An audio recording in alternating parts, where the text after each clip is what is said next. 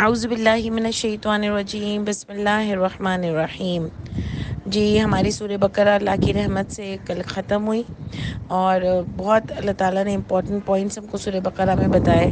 بلکہ تمام فنڈامنٹلز اللہ تعالیٰ نے ہم کو سورہ بقرہ میں ایکسپلین کیے۔ جتنے بھی اللہ تعالیٰ نے ہم کو حکم دینے تھے وہ اللہ تعالیٰ نے ہم کو سورہ بقرہ سے دیے، کہ اللہ تعالیٰ کے کیا پرنسپلز ہیں، کیا اصول ہیں، کیا اللہ تعالیٰ کے حکم ہیں، کیا ہمارے دین کے فنڈامنٹلز ہیں، وہ اللہ تعالیٰ نے سب ہم کو سورہ بقرہ میں ایکسپلین کیا۔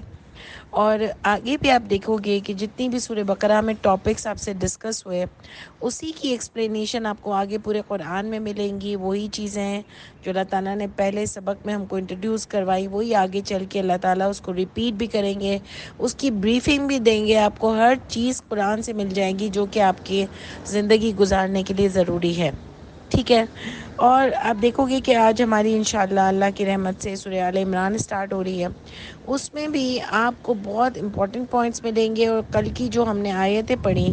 تو وہ بھی بڑی امپورٹنٹ پوائنٹس ہیں۔ جو اینڈنگ ہوئی سورہ بقرہ کی وہ بھی کیا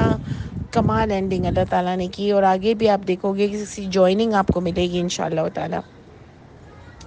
تو آل عمران ہم اسٹارٹ کرتے ہیں۔ الف لام میم، اللہ لا الہ، اللہ نہیں کوئی معبود سوائے اسی کے۔ یعنی بات دیکھیں وہی سٹارٹ ہو رہی ہے جو اللہ تعالیٰ نے ہم کو سورہ بقرہ میں بتایا کہ اللہ کے سوا کوئی معبود نہیں ہے۔ دیکھیں ہمیں تو ایک بہت چھوٹا سا وہ لگتا ہے نا، ایک لگتا ہے کہ بس ایک لائن اللہ تعالیٰ نے فرما دیا کہ اللہ کے سوا کوئی معبود نہیں ہے، لا الہ الا ہو، کوئی معبود نہیں ہے، ٹھیک ہے نا۔ تو ایک عام سی بات لگتی ہے ہم کو،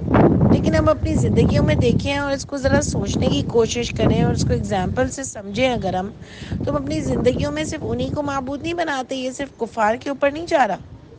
کفار بلکہ نان مسلمز کے اوپر نہیں جا رہا، بلکہ نان مسلمز بھی میں اس کو نہیں کہوں گی، جو قرآن کو نہیں مانتے، جو قرآن کے اصولوں پہ نہیں چلتے، صرف ان کی طرف یہ نہیں جا رہا ہے، یہ ان سب لوگوں کی طرف جا رہا ہے کہ جو وہی صرف معبود نہیں بناتے، جنہوں نے بت بنا لیے ہیں، جو مندر جاتے ہیں، جو کرسچینٹی میں انوالو ہیں، یہ ہم پر بھی جا رہا ہے۔ کیونکہ دیکھیں نا، یہ قرآن تو سب کے لیے آیا ہے اور سب کے پڑھنے کی ضرورت ہے۔ تو میری اور آپ کی بھی اس میں بات ہو رہی ہے نا، صرف قصے کہانیاں تو نہیں ہم کو پہلوں کی سنائے، کہ اگر ہم نے بھی اپنی زندگی میں معبود بنا لیے ہیں کہ ہم کو اللہ کے احکامات سے زیادہ دوسروں کی خواہش پیاری ہے، اپنے نفس کی خواہش پیاری ہے، ہم کو معاشرے میں اپنا کلچر پیارا ہے، اپنے رواج پیارے ہیں، اپنے آباء و اجداد کا دین پیارا ہے، اور کسی نے اگر یہ کہہ دیا کہ صرف قرآن انف نہیں ہے اور دوسری کتاب ہے، تو ہم نے اس دوسری کتاب کو معبود بنا لیا، چاہے وہ ہمارے نبی کریم صلی اللہ علیہ وآلہ وسلم کے نام سے ہو۔ لیکن ہمیں عقل استعمال کرنی چاہیے نا، کہ اللہ تعالیٰ نے اگر نبی کریم صلی اللہ علیہ وآلہ وسلم کے نام کے ساتھ کوئی دوسری بک دینی تھی تو اللہ کیا ہم سے ڈسکس نہیں کر سکتے تھے اس قرآن میں کہ دینی ہے؟ اور آگے کی جب اتنی کتابوں کی ڈسکشن کی تو کیا یہ نہیں کر سکتے تھے؟ تو دماغ چلانا ہے۔ ہمارے یہاں بہت ہم معبود بناتے ہیں، ہمارے نبی کریم صلی اللہ علیہ وآلہ وسلم کو بھی یا کر کے پکارتے ہیں۔ اللہ اپنے بارے میں آگے اپنی ڈسکرپشن میں فرماتے ہیں کہ لا الہ الا ہو، نہیں کوئی معبود سوائے وہ، الحی القیوم۔ کیوں ہے وہ معبود اور اس کے سوا کیوں کوئی نہیں ہو سکتا؟ کیونکہ وہ حی بھی ہے اور وہ قیوم بھی ہے، یعنی وہ ہمیشہ زندہ رہنے والے ہیں۔ حی یعنی حیات، زندگی، وہ ہمیشہ زندہ رہنے والے ہیں اور وہ ہمیشہ قائم رہنے والے ہیں۔ تو جس کو میں اور آپ معبود سمجھتے ہیں وہ وہی معبود ہو سکتا ہے نا کہ جو ہمیشہ قائم بھی رہے، اس کے اندر ایسی کوالٹیز ہوں، وہ ہمیشہ زندگی بھی زندہ بھی رہیں اور قائم بھی رہیں۔ یہ اللہ تعالیٰ نے جس کو ہم آیت الکرسی کہتے ہیں، جو ہم نے پڑھی، اس میں جو اللہ تعالیٰ نے اپنی تعریف کی، کیا وہ کسی انسان میں ہے؟ پھر بھی ہم نبی کریم صلی اللہ علیہ وسلم کو بھی بنا لیتے ہیں کہ وہ آج تک ہماری باتیں سن رہے ہیں، استغفراللہ، ان کے نام سے جو شرک کو ختم کرنے آئے تھے، ان کے نام سے جھوٹی باتیں کرتے ہیں۔ پھر ہم غوث پاک کو بنایا ہوا ہے، اور کتنے لوگوں کو، ہمارے مسلمان ہی ہیں شیعہ لوگ، انہوں نے کتنوں کو، اور سب کے اپنے اپنے لوگ ہیں ایون اتنا ہو گیا کہ ہم نے عالموں کو اتنا بڑا بنا لیا، جو اسکالرز ہیں یا اسکالرز نہیں بھی ہیں، جو دین کے بڑے بن کے بیٹھے ہوتے ہیں، پیر فقیر، ان کو ہم نے اتنا بڑا بنا لیا کہ وہ ہمارے فیوچر کے بارے میں بتا سکتے ہیں، وہ ہمارے لیے کیا کیا کر سکتے ہیں۔ یعنی ہم نے تو اتنے معبود بنا لیے ہیں کہ اللہ کی پناہ۔ یہ عبداللہ شاہ غازی کا مزار جو کلفٹن میں آپ رش دیکھنے والی بات ہے، اور یہ مسلمان ہیں، کیا انہوں نے یہ معبود نہیں ہے؟ تو یہ ہم سب کے اوپر جا رہا ہے کہ اللہ کہہ رہے ہیں اللہ، اس کے سوا کوئی معبود نہیں ہے۔ تو ہم مسلمان بھی یہ کام کر رہے ہیں، اور ہم جو اپنے نفس کو، اپنی خواہشات کو معبود بنا کے بیٹھے ہیں، وہ سب کیا اس میں شامل نہیں ہے؟ اگر میں اور آپ قرآن سمجھتے ہیں اور پڑھتے ہیں اور اپنے آپ کی نظریں نہ چرائیں اور سمجھنے کی کوشش کریں، اس کی اور بریفنگ دیکھیں، تو آپ کو پتہ چلے گا کہ ہم نے اپنے کتنے معبود بنا لیے ہیں اللہ کے سوا۔ رشتہ داروں کو، شوہروں کو، ماں باپ کو، بھائی بہنوں کو، دوستوں کو، سب کی فکر ہے ہم کو، لیکن اگر نہیں فکر ہے ہم کو تو اللہ کی ذات کی نہیں ہے۔ پورا دن میں جتنا ہم دنیا کے بارے میں سوچتے ہیں، دنیا کے لوگوں کے بارے میں سوچتے ہیں کہ اس کو بلانے لگ جائے، اس کو برانی لگ جائے، اتنا ہم اللہ کی ذات کے بارے میں نہیں سوچتے۔ اللہ تعالیٰ ہم کو اپنے آپ سے محبت کرنے والا بنائے، اور اللہ تعالیٰ ہم کو قدر کرنے والا بنائے، اپنی ذات کی قدر کرنے والا بنائے انشاءاللہ تعالیٰ۔ تو آپ دیکھیں کہ رب تو وہی ہو سکتا ہے جو حی بھی ہو اور جو قیوم بھی ہو، اس کے سوا رب نہیں بنایا جا سکتا، اور اللہ کے سوا کوئی سپریم اتھارٹی نہیں ہے۔ آگے دیکھیں کیا آ رہا ہے نمبر 3 میں کہ نزل علیک الکتاب، نازل کی ہے آپ پر کتاب، یعنی آپ پر کتاب نازل کی۔ نبی کریم صلی اللہ علیہ وآلہ وسلم سے بات ہو رہی ہے کہ آپ پر کتاب نازل کی، بالحق کی، حق کے ساتھ کتاب نازل کی، یعنی سچ ہے وہ کتاب جو نازل کی۔ دیکھیں پھر وہی کتاب کی بات آ گئی جو آپ نے پیچھے آپ نے سورہ بقرہ کی فرسٹ آیت میں بھی پڑھا کہ ذالک الکتاب لا ریب فیہ، الف لام میم کے بعد وہی آ رہا تھا نا، اور یہاں پر بھی آ رہا ہے۔ آپ نے جب آمن رسولوں میں بھی کتاب کی بات ہے کہ ہر رسول اس کتاب پر ایمان لاتے تھے، اور تمام کتابوں پر ایمان لانا ہے۔ تو آپ دیکھ لو کہ اللہ تعالیٰ یہ بات جو اس میں فرمائے کہ تمام کتابوں پر ایمان لاتے ہیں، نہیں ہم تفریق کرتے کسی نبی میں بھی، اور ہم تمام کتابیں جتنی بھی اللہ نے نازل کی ہم سب پر ایمان لاتے ہیں۔ یعنی بتانے کا مقصد کیا ہے کہ ساری کتابیں ایک ہی ہیں، سارے فنڈامنٹل، سارے حکم ایک ہی ہیں، اور نازل بھی اللہ نے کی، اور اللہ بتا رہے ہیں کہ نزل علیک الکتاب بالحق کی، اللہ نے نازل کی یہ کتاب حق کے ساتھ، مصدقا لما بین یدی، یعنی تصدیق کر لیں اس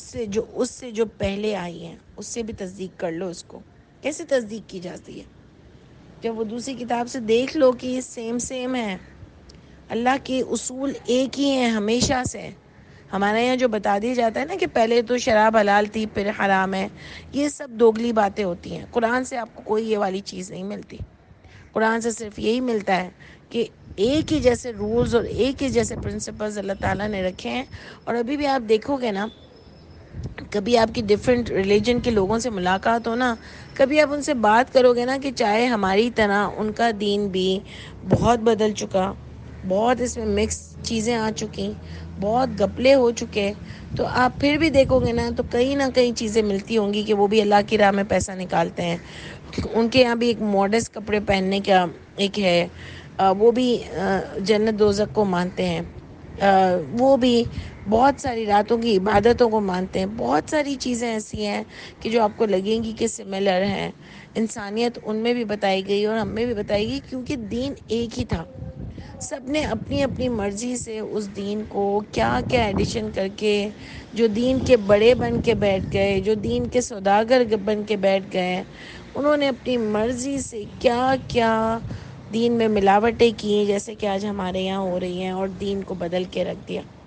مگر پھر بھی آپ کبھی مل کے بیٹھ کے بات کر کے دیکھو گے نا تو آپ کو یہ مصدقا لما بین یدی سمجھ آئے گا کہ رولز ایک ہی تھے، فنڈامنٹلز ایک ہی تھے،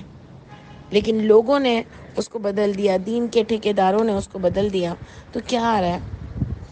کہ مصدقا لما بین یدی، حق کے ساتھ نازل کی ہے، وانزلہ، اور نازل کی ہے توریت بھی، والانجیل، اور انجیل بھی، یعنی ہم ان لوگوں کو بتا رہے ہیں جہاں نبی کریم صلی اللہ علیہ وسلم، آپ ایک پورا ایک سیناریو دیکھو کہ نبی کریم صلی اللہ علیہ وآلہ وسلم جہاں آئے تھے، یہ قرآن نازل ہوا ان کے اوپر، وہ لوگوں کو بتانے کے لیے آئے تھے، تو وہاں آپ دیکھو گے کہ وہاں پر توریت والے بھی لوگ تھے، وہاں انجیل والے بھی لوگ تھے، ان کو بتایا جا رہا ہے کہ سب سملر کتابیں ہیں، اور وہ بھی اللہ نے نازل کی ہیں اور یہ بھی اللہ نے نازل کیا ہے۔ تو جب تم ان کو مان رہے ہو تو تم کیسے نبی کریم صلی اللہ علیہ وآلہ وسلم کی بک کو نہیں مان رہے؟ تصدیق تو کرو پہلے بیٹھ کے اپنی کتاب سے، یعنی ایسے ہی تو نہیں کہ دیکھ کے منع کر دو، تصدیق تو کرو۔ آج بھی اگر کوئی بات انسان کوئی کسی سے کرتا ہے، مجھ سے کرے گا یا میں کسی سے کروں گی، تو ہم دیکھ کے منع کر دیتے ہیں اس کو۔ اللہ کہہ رہے ہیں تصدیق تو کرو، مصدقا لما بین یدیہ تو کرو، بیٹھو تو صحیح، دیکھو تو صحیح کہ وہ کیا لایا ہے تمہارے پاس، اس کا کیا لکھا ہوا ہے، چیک تو کرو کہ کیا وہی باتیں تمہارے پاس بھی ہیں۔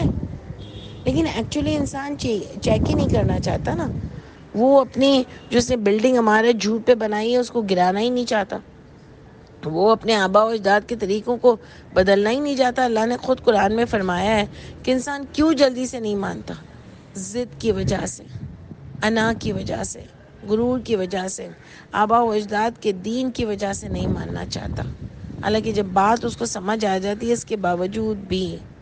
آج بھی میرا اور آپ کا بالکل یہی طریقہ ہے۔ اللہ کہہ رہے ہیں، ان کو بھی بتا رہے ہیں، نبی کریم صلی اللہ علیہ وسلم کی آیت سب پہ اتری ہوگی نا اس زمانے میں، وہ تو جو آیت آتی تھی وہ تو لوگوں میں بتا دیتے تھے، تو نازل ہوئی ہوگی نا، ان کو بتا رہے ہیں کہ سیم ہے سب کتابیں، دیکھو تو صحیح، تصدیق تو کرو، بغیر پڑھے کیسے ہیں تم اس کو ڈینائی کر سکتے ہو؟ من قبل، دیکھیں کیا بتائی جا رہا ہے کہ اس سے پہلے، اس کتاب سے پہلے، ہدی للناس، وہ بھی لوگوں کے لیے ہدایت تھی، یعنی وہی کتاب ہدایت تھی اس سے پہلے۔ آپ سوچ لو کہ ہم کہتے ہیں کہ صرف نبی کریم صلی اللہ علیہ وسلم تمام لوگوں کے لیے آئے تھے، پوری دنیا کے لیے، اور اس دور کے نبی صرف اپنی اپنی قوموں کے لیے آئے تھے، تو ایسا نہیں ہوتا ہے۔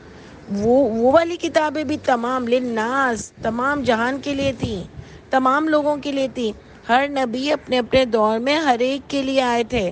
تمام لوگوں کے لیے، تمام جہانوں کے لیے آئے تھے۔ ایسے نہیں ہم ڈسکریمنیشن کریں، جو پیچھے آپ نے پڑھا نا کہ لا نفرق بین احد من رسلی، ہم کسی نبی میں تفریق نہیں کرتے، تو ہم نہیں کرتے، سب اپنے اپنے دور کے نبی سب لوگوں کے لیے آئے تھے، تمام جہان کے لیے آئے تھے۔ اور دیکھیں نبی کریم صلی اللہ علیہ وآلہ وسلم بھی تمام جہان کے لیے آئے تھے۔ تو اللہ فرماتے ہیں کہ من قبل ہدی للناس، وہ بھی اس سے پہلے کتابیں توریت انجیل بھی لوگوں کے لیے ہدایت تھیں۔ وانزل الفرقان، اور نازل کی ہے فرقان، یعنی یہی قرآن، ابھی بھی جو قرآن ہے وہ بھی فرقان ہے، اس زمانے کی پہلے بھی ہدایت تھی لوگوں کے لیے، اور وہ بھی فرقان بھی ہدایت ہے لوگوں کے لیے، صحیح و غلط کی پہچان ہے، وہ کتابیں بھی صحیح و غلط کی پہچان تھی۔ تو اللہ فرماتے ہیں ان الذین کفروا بآیات اللہ، یہ آپ سورہ آل عمران میں بار بار پڑھو گے کہ وہ لوگ جو کفر کرتے ہیں بآیات اللہ کا، یعنی اللہ کی آیتوں کو جھٹلاتے ہیں، اللہ کی آیتوں سے کفر کرتے ہیں، وَكَذَّبُوا بِآیَاتِنَا، اللہ کی آیتوں کو جھٹلاتے ہیں، اللہ کی آیتوں کو جھٹلاتے ہیں، یہ ہم بھی ہیں۔ دیکھیں نا، یہ ساری باتیں مجھ سے اور آپ سے ہوتی ہیں۔ اللہ جب اوپر بھی کہہ رہے ہیں کہ ہم تو تکلیف ہی نہیں دیتے کسی جان کو اس کی وسعت کے مطابق، تو پھر ہم کیسے اللہ کی آیت کو نہیں مانتے؟ ہم کیسے کہہ دیتے ہیں کہ یار مجھ سے تو یہ ہو ہی نہیں رہا، میں تو یہ کر ہی نہیں سکتی، کیسے کہہ دیتے ہیں ہم؟ اللہ نے تو کہا میں کسی جان کو تکلیف ہی نہیں دیتا کہ وہ میری آیت پر ایمان نہیں لائے، مطلب میں تو اتنی تکلیف ہی نہیں دیتا کہ وہ نہ کر سکے جو میں نے اس کو حکم دیے ہیں، تو کیسے وہ ڈینائی کر دیتا ہے کہ میں نہیں کر سکتا؟ ہم کہتے ہیں یار یہ مسئلہ ہو گیا تھا، یہ پرابلم ہو گیا تھا، میں تو اس لیے نہیں کر سکی، میں تو کرنے ہی والی تھی، میں تو روز صحیح ہوتی ہوں، لیکن بس آج یہ مجھ سے ہو گیا، اور میری شوہر کی وجہ سے میں نے کر دیا، میری فیملی کی وجہ سے میں نے کر دیا، دوستوں کی وجہ سے میں نے کر دیا، تو وہی تو تمہارا امتحان تھا، وہی تو اللہ اور تمہارے بیچ میں آ رہا تھا نا، وہی معبود کی جو بات ہو رہی ہے کہ وہی تو تم نہیں کر سکی نا،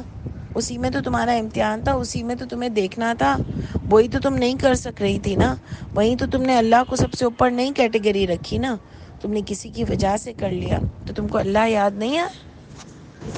تو تم کو اللہ یاد نہیں ہے اس وقت جب تم کسی کے لیے کر رہی تھی یا چاہے اپنی نفس کے لیے کر رہی تھی؟ کیا تب بھی تم کو اللہ یاد نہیں آئے؟ تو آپ دیکھ لو کہ اللہ تعالیٰ یہاں پر فرماتے ہیں کہ کفرو جو کرتے ہیں نا، لہم عذاب شدید، ان کے لیے شدید عذاب ہے۔ آپ دیکھ لو کہ جو اللہ کی بات نہیں مانتا، اور آپ کو پتہ ہے نا کہ قرآن کو رہتے ہوئے بھی آج میں اور آپ اللہ کی بات نہیں مان رہے، کیونکہ ایک تو ہم عمل ہی نہیں کرتے، اور نمبر ون جو آج ہمارا سب سے بڑا گناہ ہے، جو سب سے بڑی ہماری معاشرے میں ایک گندگی پھیلی ہوئی ہے، کہ وہ اللہ کی باتوں کی جگہ دوسری باتوں نے لے لی ہے، دوسری کتابوں نے لے لی ہے، دوسرے فتووں نے لے لی ہے، دوسری چیزوں نے لے لی ہے، انہوں نے وہ جگہیں لے لی ہیں۔ اللہ کی کتاب کا کتنا بڑا کفر ہے یہ جو آج ہمارے معاشرے میں ہو رہا ہے، تمام اسلامی لوگوں کے ساتھ ہو رہا ہے، جو حرم میں بیٹھ کے ہو رہا ہے کہ اللہ کی کتاب کے علاوہ ہم دوسری چیزیں اللہ کے نام سے لوگوں کو بتاتے ہیں۔ آپ سوچ لو کہ اللہ کتنا غصہ ہو رہا ہے، اللہ کہہ رہے ہیں ان کے لیے شدید عذاب ہے، واللہ عزیز ذو انتقام، اور اللہ سخت انتقام لینے والے ہیں۔ لہم عذاب شدید واللہ عزیز ذو انتقام۔ اگر اللہ تعالیٰ قرآن میں یہ نہیں فرماتے نا کہ اللہ شدید عذاب لینے والے ہیں، بدلہ لینے والے ہیں، شدید عذاب تو سمجھ آتا ہے، لیکن اللہ اگر یہ نہیں بتاتے نا کہ اللہ غالب بھی ہیں اور منتقم انتقام لینے والے بھی ہیں، تو میں کبھی یقین نہیں کر سکتی تھی کہ اللہ تعالیٰ اپنے بندوں سے انتقام بھی لے سکتے ہیں۔ لیکن اللہ نے اپنا نام دیا ہے، اللہ غالب ہے۔ تم یہ نہیں سمجھو کہ تمہاری ابھی تک پکڑ نہیں ہو رہی تو کوئی تمہارے اوپر ہے نہیں۔ تم یہ مت سمجھو کہ اگر ابھی تک تمہاری کسی نے تمہاری سب ایسا لگ رہا ہے کہ تمہاری ساری خواہشیں پوری ہو رہی ہیں تو تمہیں کوئی پکڑنے والا نہیں ہے۔ ہم بھول جاتے ہیں آج اتنے بڑے بڑے لوگ جو ہوتے ہیں نا، میں نے اتنے پہلے ایک پوری فیملی جو کہ بہت رچ تھی،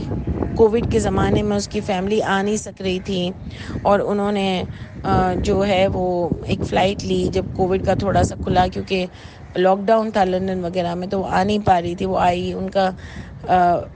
باپ ان کو یہاں سے لینے گیا، اس میں اس کی بیوی اور 2 بچے تھے، وہ یہاں تک بھی پہنچ گئے لندن سے، لیکن جو لاہور پہنچے اور لاہور سے جو کراچی فلائٹ آ رہی تھی نا، وہ جو گر کے تباہ ہوئی تھی، آپ سب کو یاد ہوگا، اس میں وہ پوری فیملی مر گئی۔ اتنا پیسہ تھا لیکن بچا نہیں سکے۔